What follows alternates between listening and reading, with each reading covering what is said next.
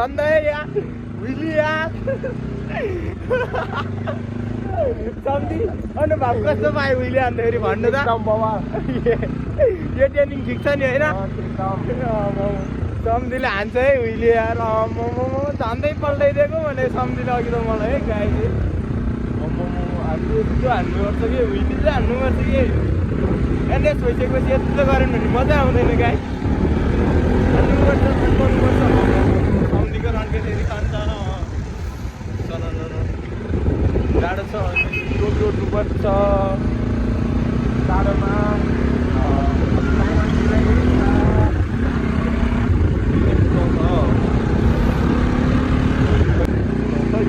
उडाउँछ उड्यो हाम्रो त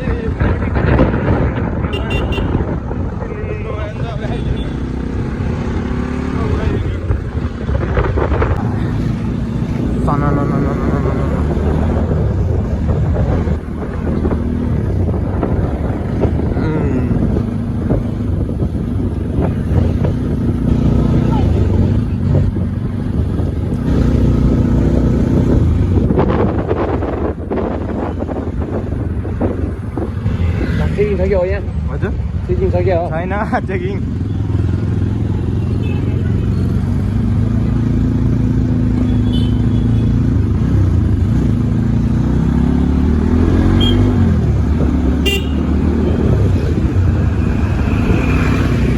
कहाँबाट जाने हामी फम्लेमा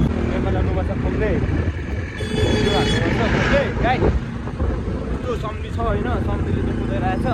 सम्झीले हुइली नै हान्छ कि यस्तो हान्ने कि आमामा म त झन्डै झरे गाई है यस्तै राम्रो जान्छ हुइली है झन्डै मारे सम्झीले आमामा म त यस्तो भिडियो गरौँ भनेको गाई सम्झीले त उडाइदिइहाल्यो क्या धुवाममा पारेर यार अब चाहिँ समुद्रमा झ्यापमा पारेर अनि जान्छु क्या अब चाहिँ हामी है पेट्रोल हालेर रेडी भइसक्यो अब उडाउने मात्र एनएसको काम भनेको यही हो कि साथीहरू एनएस भइसकेपछि यति रमाइलो गर्नु भने चाहिँ कामै छैन एनएस भइसकेपछि त उडाउनुपर्छ